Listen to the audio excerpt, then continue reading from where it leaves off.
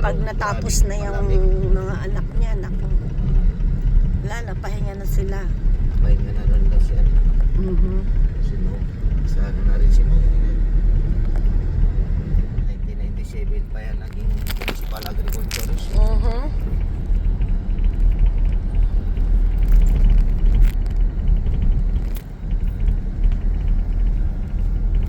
Dito mayroong mga ganyan na ano siya.